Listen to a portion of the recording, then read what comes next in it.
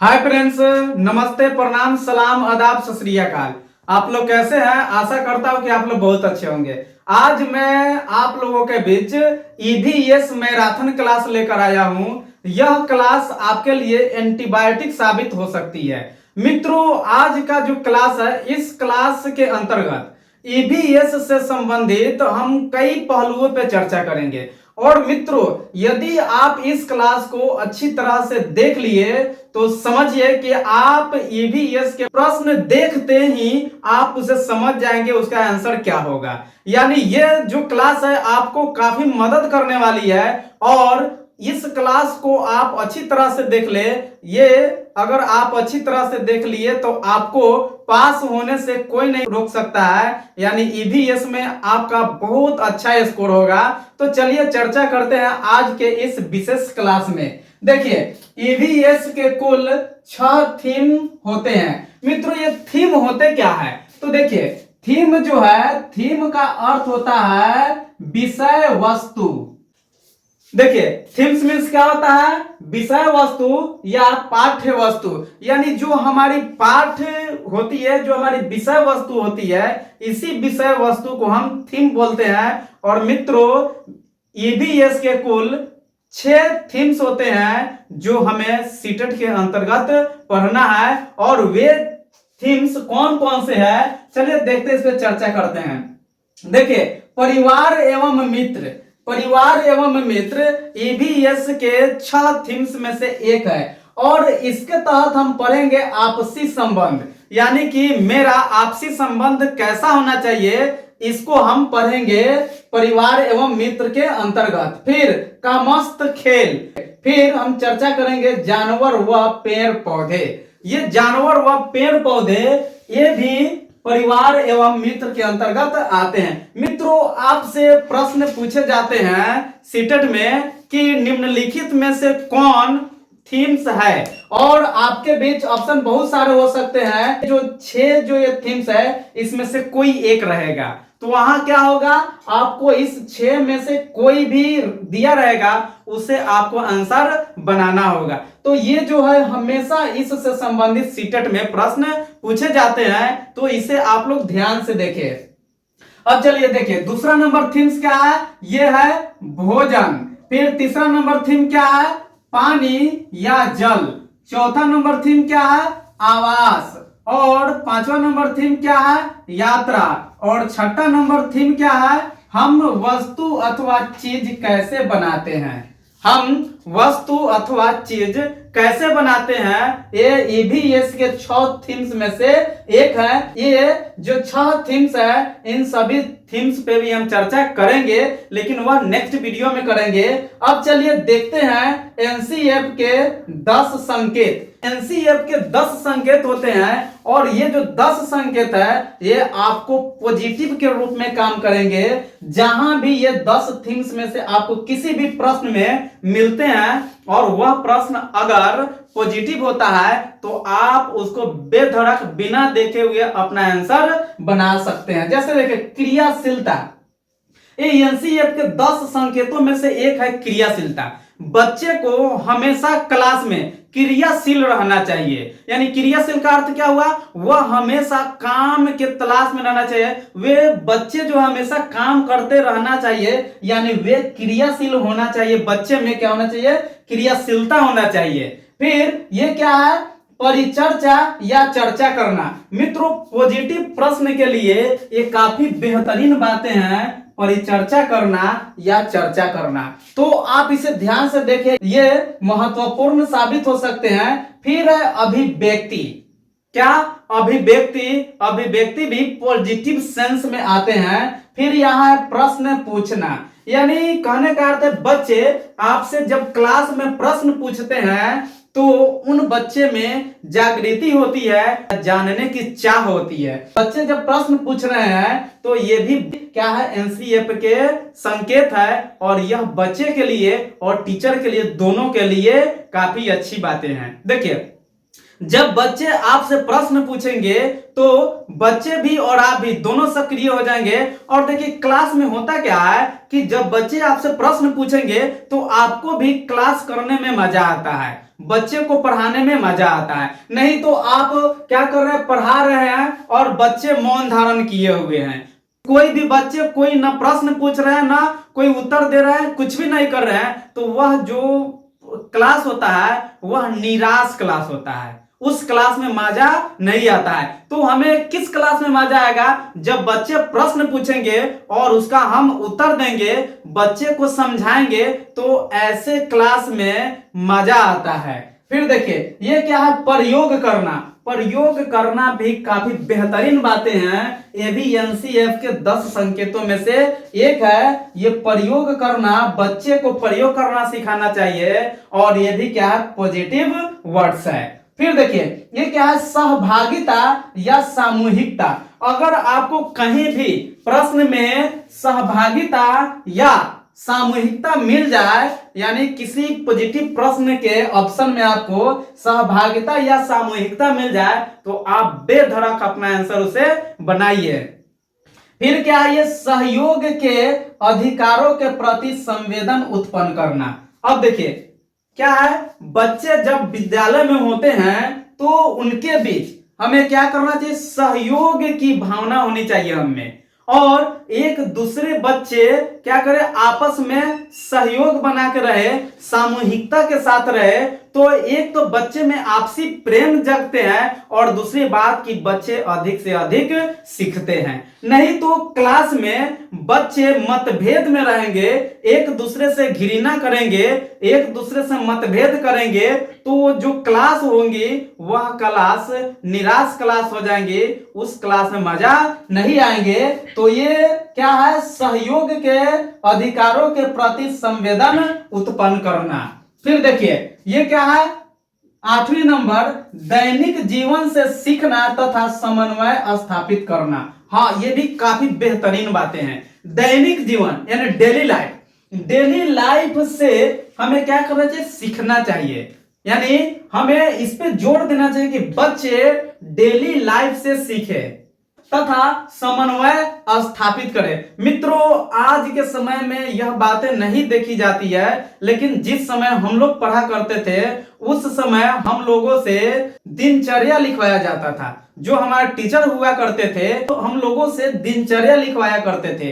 तो दिनचर्या होता क्या है कि जब हमारी आंख खुलती है उस समय से लेकर जब हमारी आंख बंद होती है, अर्थात जब हम बेड पे जाते हैं, जब सोने जाते हैं, उस समय तक जो भी हम करते हैं उन सारी चीजों को लिख कर ले जाना होता था। ऐसा करवाने का मकसद क्या है कि हम दिन भर क्या किए उनको लिखेंगे और वे क्या होंगे, दैनिक जीवन से सीखना, उससे हम बहुत सारी चीजें सीखेंगे। जब हम अपनी दिनचर्या को लिखेंगे तो उससे बहुत सारी चीज सीखेंगे। और आज से 10 दिन पहले हम क्या किए थे, दिन भर क्या क्या किए थे, अगर हम दैनिक दिनचर्या उलट कर देखेंगे तो हमें सारी जानकारी मिल जाएंगी। अगर हम भूल भी रहे हो तो वे सारी बातें जो है याद आ जाएगी। तो ये बहुत सारी इसकी महत्व होती है और दिनचर्या लिखने के बहुत सारे लाभ भी होते हैं।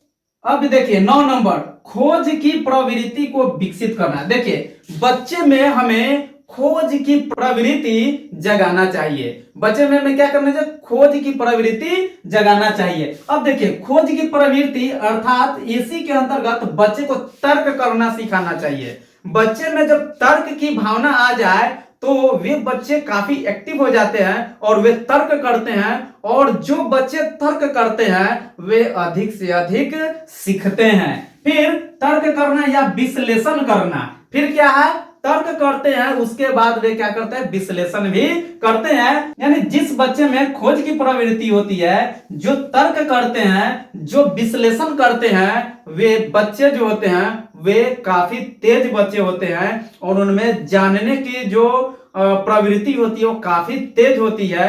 और वैसे ही बच्चे आगे चल के बहुत अच्छे बच्चे बनते हैं, अच्छे पोस्ट पे जाते हैं, वे अच्छे व्यक्ति बनते हैं।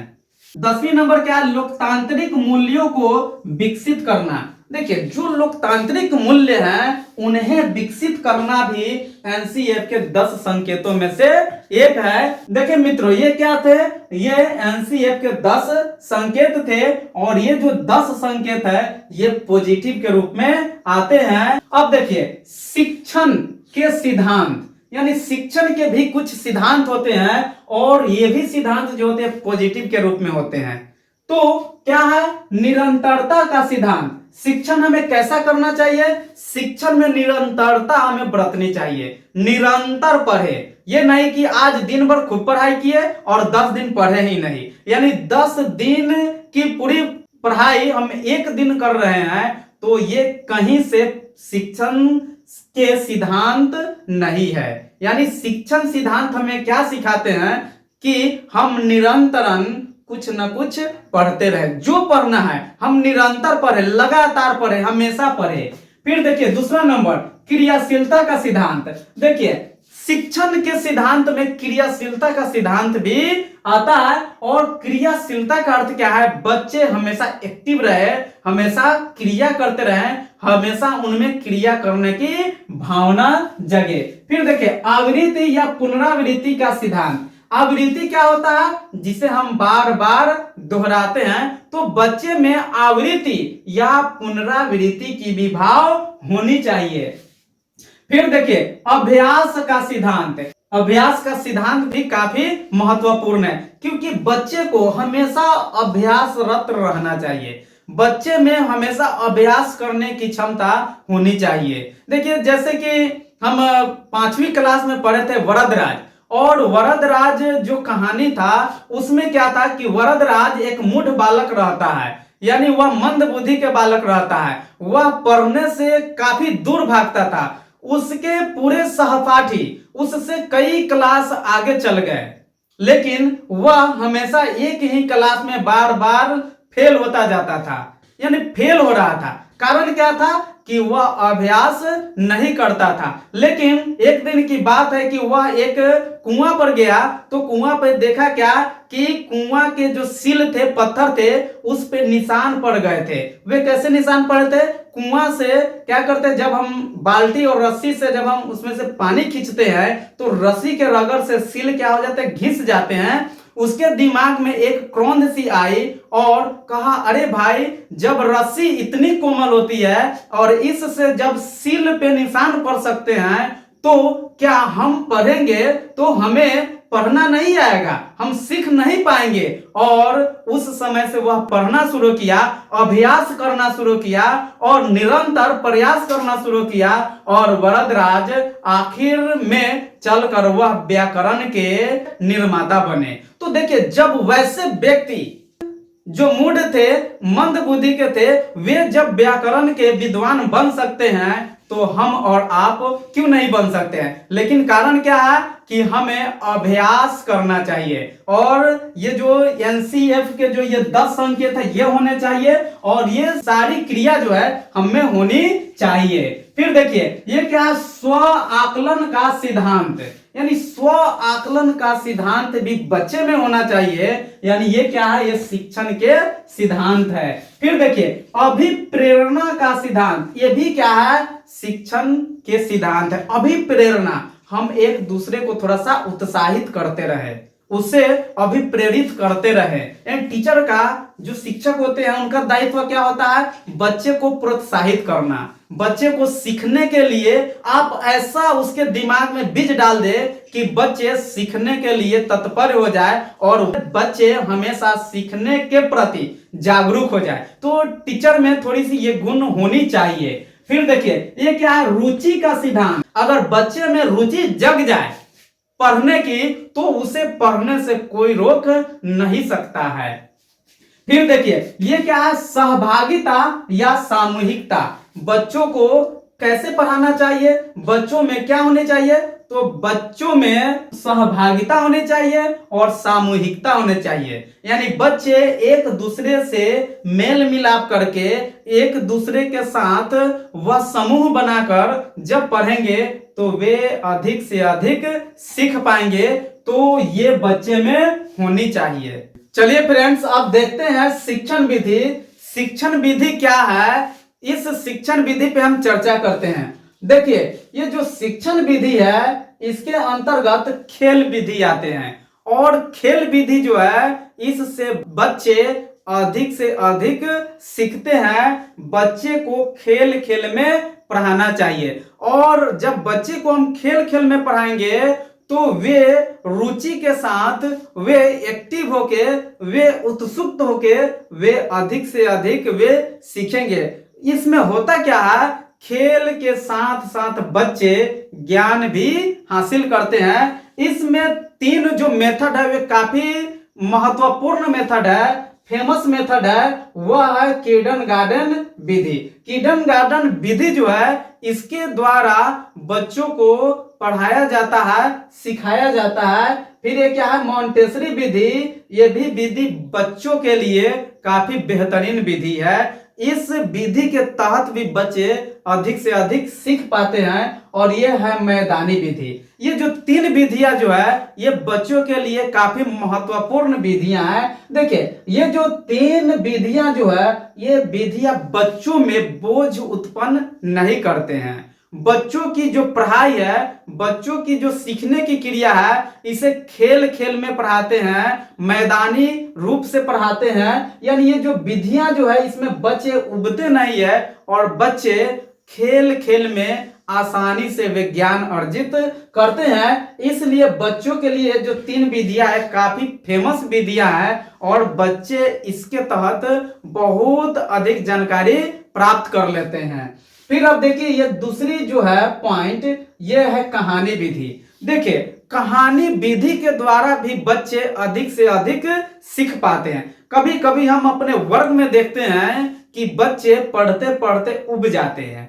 अब जब बच्चे पढ़ते पढ़ते उब जाते हैं तो हमें क्या करना चाहिए, तो उस समय हमें कहानी विधि का सहयोग लेना चाहिए। अब क्या करेंगे, जब देखेंगे बच्चे पढ़ते पढ़ते उब गए हैं तो वे क्या हुआ, उबाऊ क्लास हो गए। उसमें बच्चे की जो पढ़ने की जो लालसा होती है कम हो जाती है। उस समय हमें कहानी विधि का प्रयोग करना चाहिए। जब हम कहानी विधि का प्रयोग करते हैं तो बच्चे फिर से एक्टिव होकर, उत्सुक होकर हमारी कहानी को सुनते हैं, और वे ज्ञान हासिल करते हैं।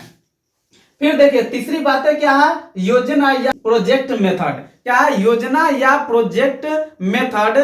इस विधि के द्वारा भी बच्चे अधिक से अधिक ज्ञान हासिल कर पाते हैं। फिर यह क्या है, चौथी नंबर जो है परिचर्चा या चर्चा विधि। देखिए साथियों, चर्चा या परिचर्चा विधि द्वारा बच्चे क्या करते हैं, बहुत सी जानकारी को वे स्टोर करते हैं। क्या है, अब 2 बच्चे, या एक तरफ हम गर्ल्स को कर देंगे और एक तरफ बॉयज को कर देंगे, और दोनों में चर्चा और परिचर्चा कराएंगे।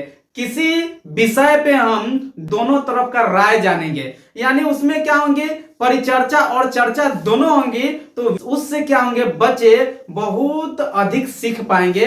और परिचर्चा या चर्चा के द्वारा बच्चे इसमें क्या होते हैं, एक्टिव हो जाते हैं और अधिक से अधिक ज्ञान अर्जित करते हैं। क्या होता है कि इसमें एक बच्चा अपनी राय देता है और दूसरी बच्चा इधर से कटाक्ष करके वह अपनी राय देता है। तो इससे होता क्या है, बच्चे में कौशल क्षमता भी बढ़ते हैं, और बच्चे में सोचने की क्षमता भी बढ़ते हैं, और बच्चे अधिक से अधिक ज्ञान हासिल कर पाते हैं। तो ये जो चर्चा या परिचर्चा जो है एक काफी बेहतरीन विधि है, ये शिक्षण विधि का।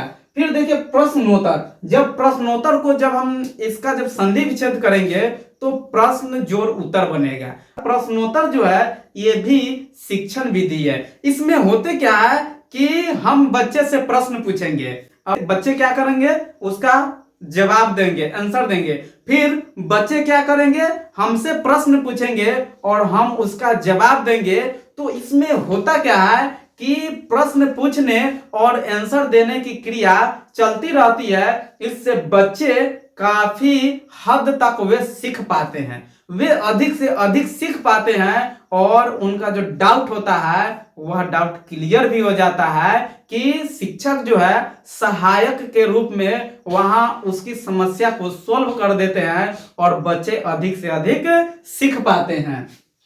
फिर देखिए भ्रमण।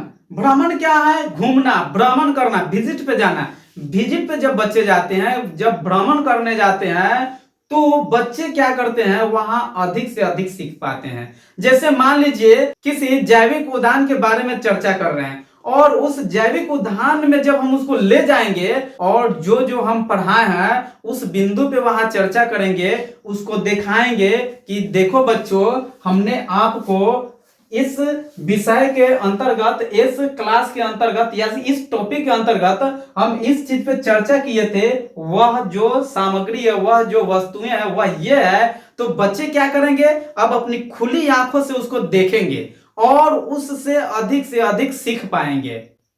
तो ये क्या है, जैसे मान लीजिए कि हम कश्मीर के बारे में पढ़ रहे हैं, और जब कश्मीर के बारे में पूरी जब हम किताब से पढ़ लिए, और जब बच्चे को हम उस स्थान पे ले जाएंगे और जिस जिस वस्तु पे, जिस जिस टॉपिक पे हम चर्चा किए होंगे उसको दिखाएंगे, तो बच्चे क्या होंगे, वहां प्रैक्टिकल करेंगे और वह अधिक से अधिक ज्ञान हासिल कर पाएंगे। तो ये भ्रमण जो है बच्चे की ज्ञान में चार चांद लगा देते हैं। फिर देखिए विश्लेषण या संश्लेषण। विश्लेषण या संश्लेषण भी क्या है, ये काफी बेहतरीन विधि है। किसकी? ये शिक्षण विधि की ये एक महत्वपूर्ण विधि है कि हम किसी चीज पे विश्लेषण करते हैं या संश्लेषण करते हैं, तो इससे भी क्या होता है, बच्चे के अंदर जो डाउट रहता है वह क्लियर हो जाता है। फिर अब देखिए ये क्या है, आगमन विधि। मित्रों ये आगमन विधि क्या है, तो आगमन विधि जो है कि इसमें बच्चे को पहले पढ़ाया जाता है। आगमन विधि में बच्चे को पहले बताया जाता है, उसके बाद उसको सूत्र की तरफ ले जाया जाता है। पहले हम बच्चे के साथ शेयर करते हैं, किसी भी चीज के बारे में बोलते हैं, और बोलने के बाद फिर से हम उसको सूत्र की तरफ ले जाते हैं। तो वह हुआ आगमन विधि कि पहले हम चर्चा किए, फिर उसको सूत्र की ओर ले चले। और ये क्या है, निगमन विधि। तो निगमन विधि में क्या होते हैं कि हम बच्चों को नियम के तहत पढ़ाते हैं। जैसे मान लीजिए कि आयत का क्षेत्रफल निकालना है, तो हम एक जो प्रश्न होता है कि एक आयत की लंबाई 35 मीटर है और उसकी चौड़ाई 20 मीटर है, तो इसका क्षेत्रफल निकाले। तो क्षेत्रफल का जो ये सूत्र होता है, क्षेत्रफल का लंबाई गुने चौड़ाई, तो ये क्या हुआ, निगमन विधि हुआ। हम प्रश्न किए और प्रश्न को हम यहाँ निगमन के द्वारा लंबाई गुने चौड़ाई यानी 35 गुने 20, यानी ये क्या हुआ, 700 मीटर स्क्वायर जो हुआ, ये आयत का क्षेत्रफल हुआ। तो ये हुआ निगमन विधि। और आगमन विधि में ऐसी बात नहीं है, वहां हमें नियम के तरफ नहीं ले जाना है, वहां हम बच्चों से क्या करते हैं, बातचीत करते हैं, उसको पहले उसके बारे में हम बताते हैं। लेकिन निगमन विधि में सबसे पहले हम नियम के द्वारा ही, सूत्र के द्वारा ही बच्चे को पढ़ाते हैं। तो ये हुए निगमन विधि। अब चलिए देखते हैं यहाँ शिक्षण कौशल। देखिए मित्रों, शिक्षण के कुछ कौशल होते हैं, इस कौशल पे हम चर्चा करते हैं कि शिक्षण के कौशल क्या क्या होते हैं। तो देखिए क्या, अवलोकन या रिपोर्ट लिखना या तैयार करना। क्या करते हैं, हम अवलोकन करते हैं या रिपोर्ट लिखते हैं। तो अवलोकन करना या रिपोर्ट लिखना, ये जो है शिक्षण कौशल है। जब हम बच्चे की एक्टिविटी को देखते हैं, उसका अवलोकन करते हैं या उसका जब हम रिपोर्ट तैयार करते हैं, तो ये जो कौशल हुए, ये हुए शिक्षण कौशल। फिर देखिए ये क्या है, परिचर्चा में शामिल होने का कौशल। जब हम परिचर्चा में शामिल होते हैं, तो परिचर्चा में शामिल होना भी एक कौशल है। फिर ये तीसरा नंबर क्या है, वर्गीकरण। वर्गीकरण में क्या होता है, तुलना करना या वर्ग भेद करना। अब इसके अंतर्गत क्या करते हैं कि दो वर्ग होते हैं। जैसे मान लीजिए 3 और 4, दोनों क्लास को हम अलग अलग किए, 3 एक साइड और 4 एक साइड, और उन दोनों में हम क्या किए, डिस्कशन किए, वहां हम तुलना करवा दिए, वर्ग भेद करा दिए। मित्रों जब हम लोग पढ़ा करते थे, तो हम लोग के समय में यही हुआ करता था कि 3 क्लास और 4 क्लास के बच्चे को अलग अलग कर दिया जाता है। और जैसे मान लीजिए हम कबड्डी खिलाना है, तो 3 के बच्चे एक तरफ और 4th के बच्चे एक तरफ होकर क्या करते थे, वे कबड्डी खेलते थे। तो आज भी मित्रों ये जो एनसीएफ है, ये हमें कहती है कि वर्ग भेद करना चाहिए, तुलना करना चाहिए, इससे बच्चे क्या है कि एक्टिव होके वह उत्सुक होके पढ़ाई अपना जारी रखते हैं। और इसमें जब ये क्रिया जब समाप्त होती है तो बच्चे आपस में बात भी करते हैं, अच्छी तरह से बात करते हैं कि हमने ऐसे किया, हमने वैसे किया। तो ये भी क्या है, शिक्षण का एक बेहतरीन कौशल है। अब देखिए यहाँ क्या है, व्याख्या। व्याख्या में क्या होता है मित्रों कि व्याख्या में किस्से या कहानियों द्वारा हम बच्चों को सिखाते हैं, किसी किस्से को बताते हैं या किसी कहानी को बताते हैं, और इस पे क्या करते हैं, हम व्याख्या करते हैं। बच्चे इससे अधिक सीख पाते हैं। और जब हम किस्से कहते हैं तो क्लास में जो है सन्नाटा छा जाती है और बच्चे एकत्रित होकर ध्यान लगाकर टीचर को काफी अच्छी तरह से सुनते हैं। उस समय कोई शोरगुल नहीं रहती है और बच्चे एक्टिव मूड में होकर टीचर की बात को सुनते हैं। जब शिक्षक बच्चे से उस कहानी या किस्से में आए हुए कुछ वर्ड्स को, कुछ प्रश्न को या कुछ पात्र के बारे में पूछते हैं तो बच्चे आराम से, आसानी से उस प्रश्न का आंसर दे देते हैं। अब देखिए कौशल नंबर ये 5, ये क्या, विश्लेषण करना। क्या है, विश्लेषण करना भी ये शिक्षण कौशल की एक महत्वपूर्ण बातें हैं, महत्वपूर्ण ये बिंदु है कि हम विश्लेषण करके बच्चों को बताएं और विश्लेषण द्वारा बच्चे को पढ़ाएं। एकीकृत करने की कौशल यानी इसके अंतर्गत आंकड़ों या कंसेप्ट को एकत्रित किया जाता है। एकीकृत कौशल में हम क्या करते हैं, आंकड़ों को या कंसेप्ट को एकत्रित करते हैं। फिर ये क्या है, 7वीं नंबर, छांटने की कौशल। हमें छांटने की कौशल भी अपनाना चाहिए, यह भी शिक्षण कौशल की एक पहलू है। फिर देखिए यहाँ क्या है, 8वीं नंबर, सामाजिक संदर्भ के साथ सीखना। देखिए ये सबसे अच्छी बातें हैं कि हमें कैसे सीखना चाहिए, सामाजिक संदर्भ के साथ सीखना चाहिए। यानी बच्चे जो है वे अधिक से अधिक अपने समाज से सीखते हैं, वे अपने समाज से ही बहुत सारी जानकारी को स्टोर करते हैं। तो बच्चे को सामाजिक संदर्भ के साथ सीखना चाहिए और उसे प्रेरित भी करना चाहिए। देखिए जो बच्चा जिस समाज में रहता है, जब वह आपके विद्यालय में पढ़ने आएगा तो उसकी समाज की झलक आपको दिखेगी ही। अगर बच्चे जिस समाज में एजुकेशन का अच्छा माहौल है, जब वहां से वे आएंगे तो आपको दिख जाएंगे कि इस बच्चे का जो समाज है वह एजुकेटेड समाज है। और कुछ बच्चे ऐसे होते हैं जहां शिक्षा काफी दूर है, वे बच्चे जब आते हैं तो आपको उनकी स्वभाव से, उनके चाल ढाल से और उनके बोलने की क्रिया से आपको पता चल जाएगा कि यह जो विद्यार्थी है वहां पढ़ाई अभी उससे काफी दूर है, उसके समाज से। तो ये देखने को मिल जाते हैं। तो सामाजिक संदर्भ के साथ सीखना ये शिक्षण कौशल है और ये काफी बेहतरीन कौशल है। अब देखिए शिक्षण सहायक सामग्री। मित्रों जब हम पढ़ते हैं तो हमें कुछ सामग्री की आवश्यकता पड़ती है, क्योंकि जब सामग्री रहते हैं तो उससे बच्चे भी सीख पाते हैं और टीचर भी खुलकर बता सकते हैं।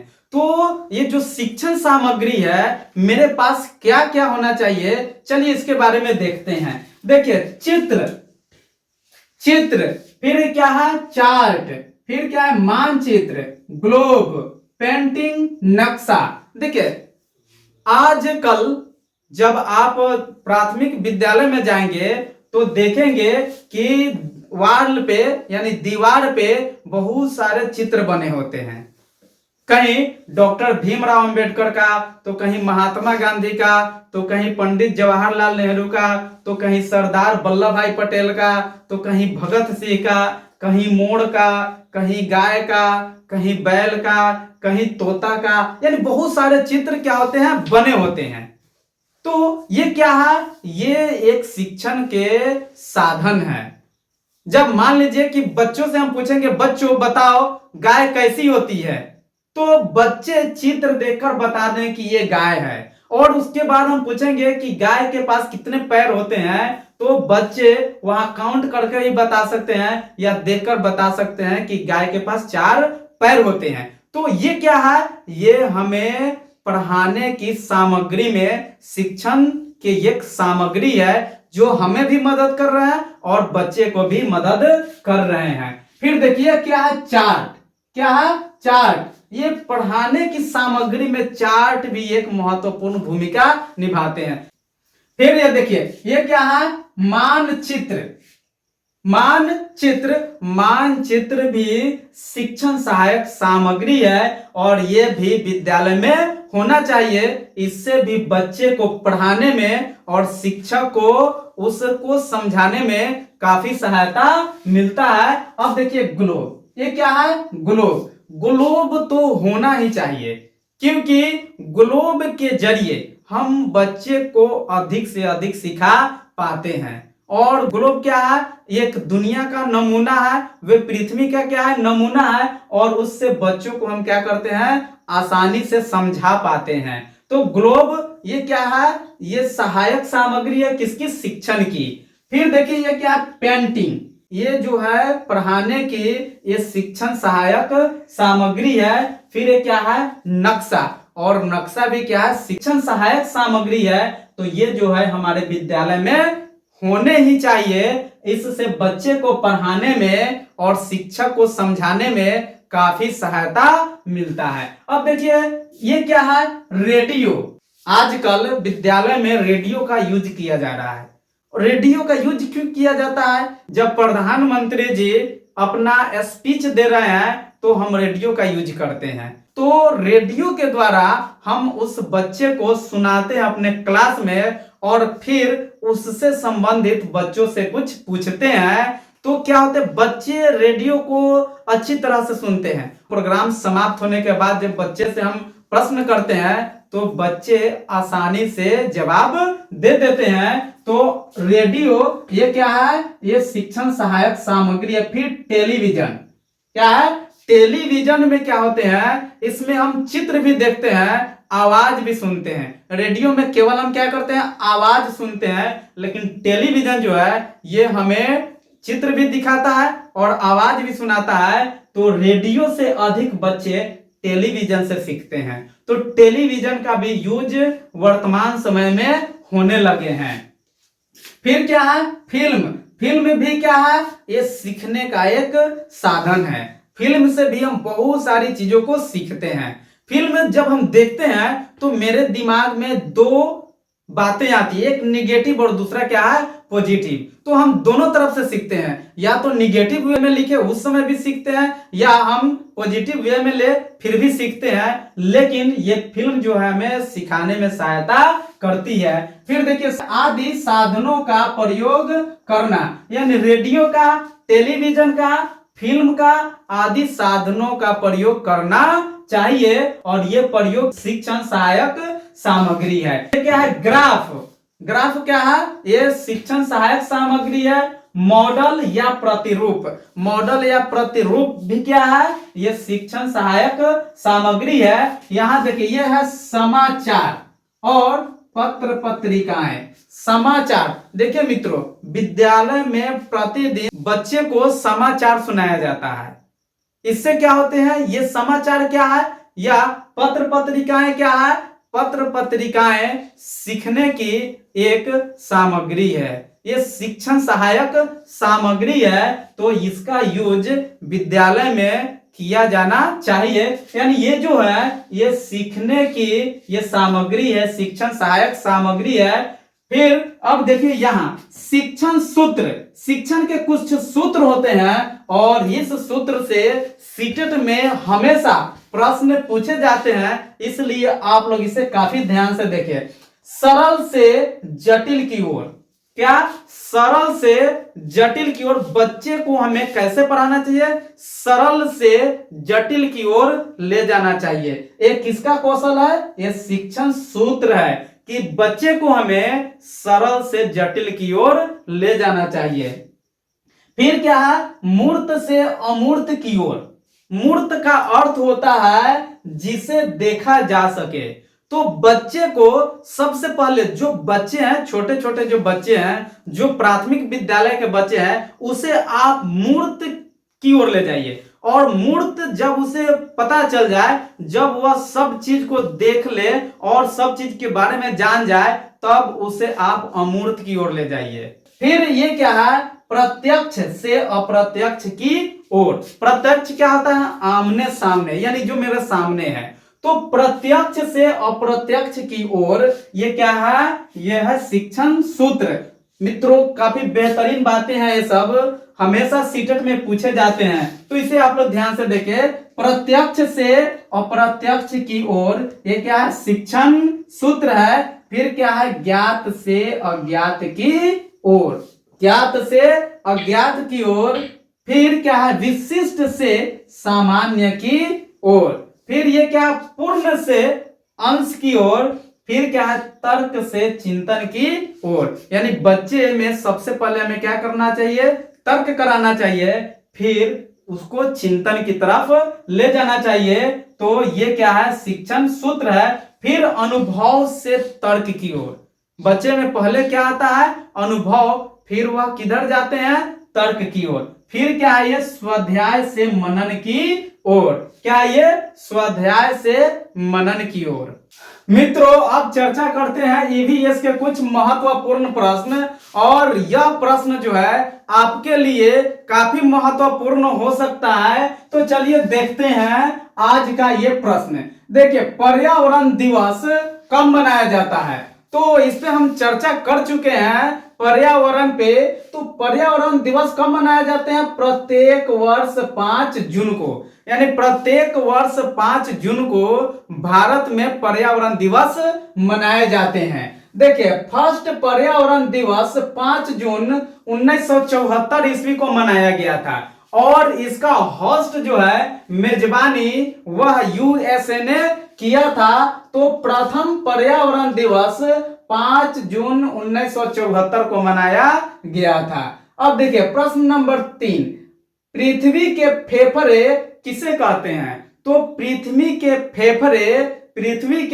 फेफड़े अमेजन जंगल को कहते हैं। अब देखिए प्रश्न नंबर 4, अमेजन जंगल का सबसे अधिक हिस्सा कहां है, यानी किस देश में है, तो अमेजन जंगल का सबसे अधिक हिस्सा ब्राजील में है। और ब्राजील में अमेजन का 60% हिस्सा है।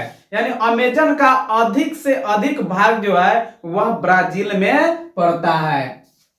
फिर देखिए 5 नंबर प्रश्न, पृथ्वी के कुल कितने हिस्से पर वन है, यानी जो ये भूमंडल है, ये जो धरातल है, इसके कितने प्रतिशत भाग पे वन है, जंगल है, अभयारण्य है, तो ये जो है पृथ्वी के 30% भाग पे वन है, जंगल है। अब देखिए प्रश्न नंबर 6, प्लास्टिक बैन करने वाला पहला देश कौन है, तो प्लास्टिक बैन करने वाला पहला देश बांग्लादेश है। यानी बांग्लादेश ने सबसे पहले प्लास्टिक पे रोक लगाई थी या प्लास्टिक को बैन किया था। तो ये विश्व का सबसे पहला देश है जो प्लास्टिक पे बैन लगाया था सबसे पहले। अब देखिए प्रश्न नंबर 7, ये क्या भारत का पहला राज्य जो प्लास्टिक पर बैन लगाया, यानी भारत का वह कौन सा राज्य है जो सबसे पहले प्लास्टिक को बंद किया, प्लास्टिक पे बैन लगाया, तो वह है हिमाचल प्रदेश। हिमाचल प्रदेश ने 2009 में सबसे पहले प्लास्टिक पे बैन लगाया। अब देखिए ये 8 नंबर, भारत का पहला राज्य जो प्लास्टिक बोतलों, देखिए ये जो हिमाचल प्रदेश जो है ये प्लास्टिक पे बैन लगाया, लेकिन यहां जो पूछा जा रहा है, कहा जा रहा है कि प्लास्टिक बोतलों पर रोक लगाने वाला भारत का वह कौन सा राज्य है, तो वह है सिक्किम। यानी सिक्किम ने सबसे पहले प्लास्टिक से बनी हुई बोतलों पर रोक लगाया, उसको बैन किया।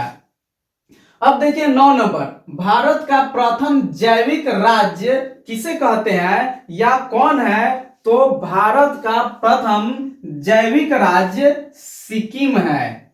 भारत का प्रथम जैविक राज्य सिक्किम है। अब देखिए ये क्या है, कैलिफोर्निया तेल रिसाव कब हुआ था मित्रों? कैलिफोर्निया तेल रिसाव में काफी लोगों की जाने गई थी, काफी लोग मारे गए थे। तो कैलिफोर्निया तेल रिसाव जो है ये काफी प्रमुख घटना है और ये काफी चर्चित घटना भी है। तो कैलिफोर्निया तेल रिसाव 1969 ईस्वी में हुआ था, जिसमें लगभग 10,000 जीव मारे गए थे। मित्रों ये काफी घातक स्थिति थी। कहाँ? कैलिफोर्निया में। कब? 1969 ईस्वी में, जब वहां तेल रिसाव हुआ था। अब देखिए क्या है, अर्थ डे। अर्थ डे कब मनाया जाता है? यानी पृथ्वी दिवस, पृथ्वी दिवस कब मनाया जाता है? तो प्रत्येक 22 अप्रैल को पृथ्वी दिवस मनाया जाता है। 22 अप्रैल 1970 में पहला पृथ्वी दिवस मनाया गया था। यानी पहला पृथ्वी दिवस कब मनाया गया था? तो 22 अप्रैल 1970 में। और उसके बाद प्रत्येक वर्ष 22 अप्रैल को पृथ्वी दिवस यानी अर्थ डे मनाया जाता है। अब देखिए beat plastic pollution, beat plastic pollution की मेजबानी किसने की थी? यानी यह एक कार्यक्रम चलाई गई थी जिसका नाम था beat plastic pollution. Beat plastic pollution, इसकी मेजबानी किसने की थी? तो इसकी मेजबानी इंडिया ने की थी, यानी भारत ने की थी। भारत में प्लास्टिक जागरूकता के लिए एक कार्यक्रम चलाए गए थे जिसका नाम था बीट प्लास्टिक पॉल्यूशन, जिसकी मेजबानी इंडिया ने की थी। अब देखिए फुल फॉर्म ऑफ यूएनईपी, यानी यूएनईपी का फुल फॉर्म क्या है? तो इसका फुल फॉर्म होता है यूनाइटेड नेशंस एनवायरनमेंट प्रोग्राम। क्या? यूएनईपी का फुल फॉर्म होता है यूनाइटेड नेशंस एनवायरनमेंट प्रोग्राम। अब देखिए स्टॉकहोम समझौता पहली बार कब हुआ था? स्टॉकहोम समझौता पहली बार कब हुआ था? तो ये पहली बार 5 से 16 जून तक हुआ था। और कब हुआ था? 1972 ईस्वी में। ये स्टॉकहोम समझौता एक काफी प्रसिद्ध समझौता थे और ये पहली बार 5 से लेकर 16 जून तक हुए थे और ये 1972 ईस्वी में हुए थे। अब देखिए ये क्या है? CFC। CFC का पूरा नाम क्या है? तो CFC का फुल फॉर्म है क्लोरोफ्लोरोकार्बन। क्लोरोफ्लोरोकार्बन को हम CFC कहते हैं। अब देखिए MAB, MAB यानी M से हो गया मैन और A से हो गया एंड और B से हुआ बायोस्फीयर। यानी MAB मैन एंड बायोस्फीयर के अनुसार बायोस्फीयर आरक्षण क्षेत्र 10 है। यानी MAB के अनुसार आरक्षण क्षेत्र अभयारण्य कुल मिलाकर भारत में 10 है। तो चलिए उस पर थोड़ा चर्चा करते हैं। देखिए नीलगिरी अभयारण्य या वन ये कहाँ है? तमिलनाडु में है। कहाँ है? तमिलनाडु में है। कौन सा वन? नीलगिरी अभयारण्य या नीलगिरी वन, ये तमिलनाडु में स्थित है। फिर नंदा देवी अभयारण्य ये कहाँ है? उत्तराखंड में। मित्रों ये प्रश्न पूछे जाते हैं सीटेट में, इसलिए आप लोग इसे ध्यान से देखें। सीटेट में पूछे जाते हैं नंदा देवी अभयारण्य कहाँ स्थित है। और आपके बीच ऑप्शन रहेगा मेघालय, पश्चिम बंगाल, उत्तराखंड, तमिलनाडु। जितनी जो है मैटर्स हैं ये काफी इंपोर्टेंट है सीटेट के लिए, तो इसे आप लोग ध्यान से देखें। देखिए क्या? सुंदरवन। सुंदरवन कहाँ है? पश्चिम बंगाल में। फिर नोंगक्रिक, नोंगक्रिक अभयारण्य कहाँ है? तो ये है मेघालय में। अब देखिए क्या? निकोबार द्वीप ये कहाँ है? अंडमान निकोबार द्वीप समूह में। फिर ये क्या है? पंचमढ़ी। पंचमढ़ी कहाँ है? तो ये है मध्य प्रदेश में। मनार की खाड़ी ये कहाँ स्थित है? ये है तमिलनाडु में। फिर कंचनजंगा, देखिए कंचनजंगा काफी फेमस अभ्यारण्य है, ये कहाँ है? ये है सिक्किम में। अब देखिए अमरकंटक अचान कमार, अमरकंटक अचान कमार ये अभ्यारण्य कहाँ है? तो ये है मध्य प्रदेश में और छत्तीसगढ़ में, यानी दोनों के सीमा से ये मिलते हैं। यानी ये अमरकंटक अचान कमार जो है ये मध्य प्रदेश में भी पड़ते हैं और छत्तीसगढ़ में भी पड़ते हैं। और देखिए ये क्या है? सिमलीपाल, सिमलीपाल अभ्यारण्य कहाँ है? ये कहाँ है? उड़ीसा में। मित्रों देखिए आपके बीच कुछ वीवीआई प्रश्न है और यह प्रश्न काफी महत्वपूर्ण प्रश्न है और सीटेट एग्जाम में बार बार इसको दोहराए जाते हैं, ऐसे प्रश्न बार बार पूछे जाते हैं। तो चलिए देखते हैं आज का पहला प्रश्न। और ये प्रश्न क्या है? आम तौर पर यह माना जाता है कि रात में जागने वाले जानवर हर चीज को जिस रंग में देखते हैं वे है। मित्रों ये जो जानवर है जो रात को जगते हैं वे किसी भी वस्तु को देखते हैं तो वे किस रंग में देखते हैं?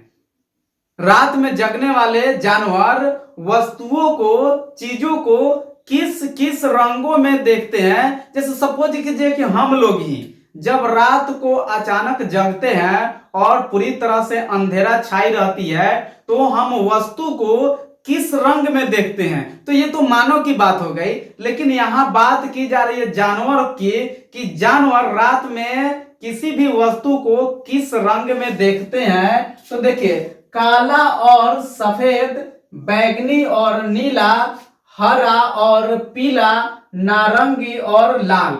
तो मित्रों ये जो जानवर होते हैं जो रात में जागते हैं वे किसी भी वस्तु को रंगीन नहीं देख पाते हैं। सबसे बड़ी बात है कि रंगीन वस्तु को वे नहीं देख पाते हैं। वे किसी भी वस्तु को या तो काला देखते हैं और नहीं तो सफेद देखते हैं। यानी ऑप्शन नंबर ये क्या होगा? सही होगा।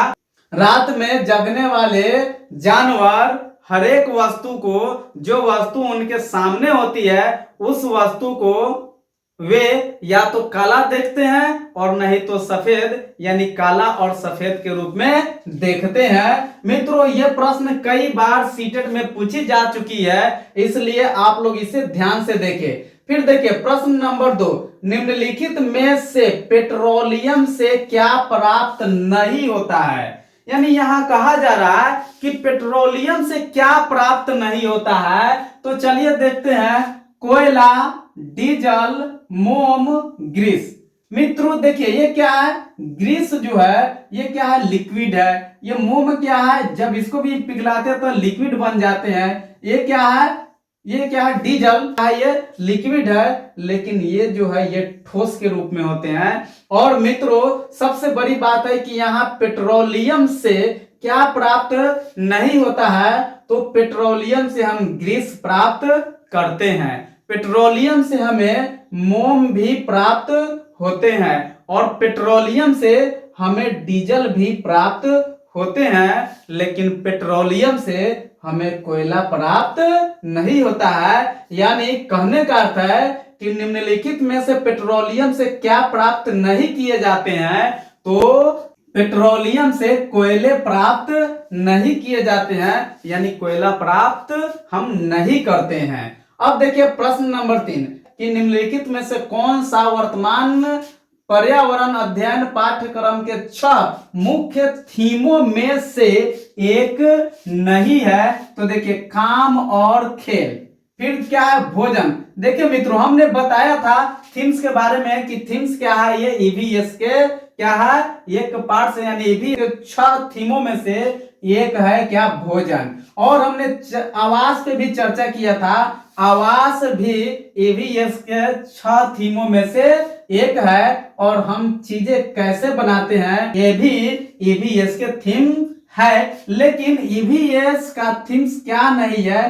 काम और खेल। यानी ईवीएस के कुल 6 थीम होते हैं जिसमें से काम और समय उसमें नहीं है। भोजन है, आवास है, हम चीजें कैसे बनाते हैं, ये ईवीएस के थीम है, लेकिन काम और खेल नहीं है। अब चलिए प्रश्न नंबर 4, नीचे दिए गए शहरों में से किस एक में रेत के पहाड़, क्या है, रेत के पहाड़, जिन्हें रेत के टीले, जिन्हें रेत के टीले कहा जाता है। यानी निम्नलिखित में से ये जो ऑप्शन है, इसमें से कौन से ऑप्शन को रेत के टीले कहा जाता है? तो चलिए देखते हैं। थिम्पू नहीं, थिम्पू को रेत के टीले नहीं कहा जाता है। काबुल, काबुल को भी रेत के टीले नहीं कहा जाता है। बर्लिन को भी रेत के टीले नहीं कहा जाता है। रेत के टीले किसे कहा जाता है? अबू धाबी को, अबू धाबी को रेत के टीले कहा जाता है। अब देखिए प्रश्न नंबर 5, पर्यावरण अध्ययन में बच्चों को जोड़ने की सबसे प्रभावशाली युक्ति है। यानी पर्यावरण अध्ययन में हम बच्चों को कैसे जोड़ सकते हैं, यानी हम कौन सी क्रिया करेंगे कि बच्चे पर्यावरण अध्ययन में जुड़ जाएंगे, उनकी रुचि पर्यावरण अध्ययन में होने लगेगी। यानी बच्चे की रुचि पर्यावरण अध्ययन में करने के लिए, जोड़ने के लिए सबसे प्रभावशाली युक्ति इसमें से कौन से है? तो कक्षा निर्देशन करना नहीं, कक्षा निर्देशन करने से हम पर्यावरण की युक्तियों में, यानी पर्यावरण अध्ययन में बच्चों को हम नहीं जोड़ सकते हैं। फिर उसके बाद क्या है? पाठ्य पुस्तक का पठन। देखिए मित्रों, सबसे बड़ी बात है कि अगर हम पाठ्य पुस्तक का पठन करते हैं तो इससे बच्चे बहुत कम सीखते हैं, और पर्यावरण से तो वे बच्चे जुड़ ही नहीं सकते हैं। क्यों? जब हम पाठ्य पुस्तक का पठन करेंगे तो ये सबसे अधिक प्रभावशाली तरीका नहीं है कि पाठ्य पुस्तक का जब हम पठन करेंगे या करवाएंगे तो पर्यावरण अध्ययन से बच्चे जुड़ जाएंगे, ये भी नहीं है। शिक्षक द्वारा व्याख्या करना, शिक्षक क्या कर रहे हैं? व्याख्या कर रहे हैं। इस व्याख्या से बच्चे पर्यावरण अध्ययन में नहीं जुड़ेंगे।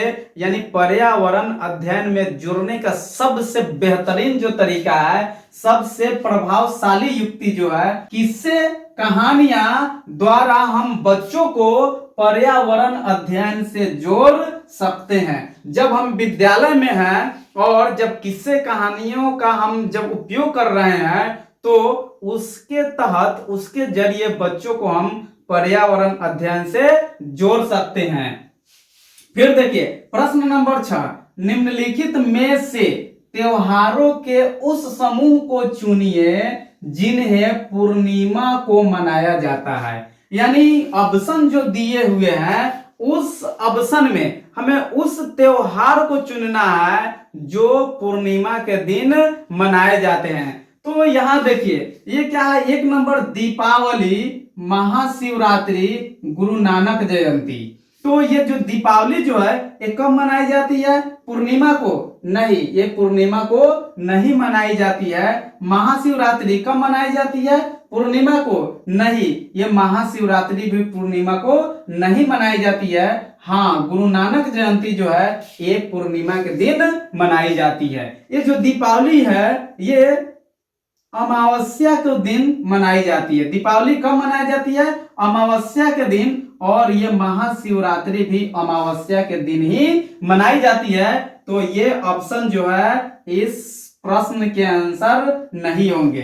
देखिए ये क्या है? दीपावली। और मित्रों आपने पहले ऑप्शन में देखा कि दीपावली जो है ये पूर्णिमा को नहीं मनाए जाते हैं, ये जो है अमावस्या के दिन मनाए जाते हैं। तो ये तो ऐसे ही गलत हो गए। गुरु नानक जयंती, हाँ, ये पूर्णिमा के दिन मनाए जाते हैं। रक्षाबंधन, हाँ, ये रक्षाबंधन भी पूर्णिमा के दिन मनाए जाते हैं। लेकिन यहाँ दीपावली जो है ये अमावस्या के दिन मनाए जाते हैं। इसीलिए ये क्या है?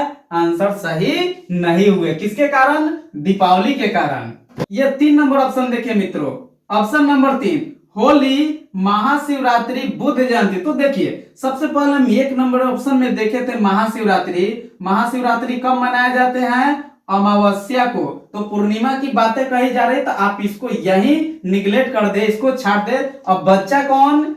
होली, रक्षाबंधन, गुरु नानक जयंती। तो देखिए होली जो है ये पूर्णिमा के दिन मनाए जाते हैं। फिर रक्षाबंधन जो है ये भी पूर्णिमा के दिन मनाए जाते हैं। और ये गुरु नानक जयंती है ये भी पूर्णिमा के दिन मनाए जाते हैं। तो यहाँ प्रश्न क्या कर रहा है कि निम्नलिखित में से त्योहारों के उस समूह को चुनिए जिन्हें पूर्णिमा को मनाया जाता है।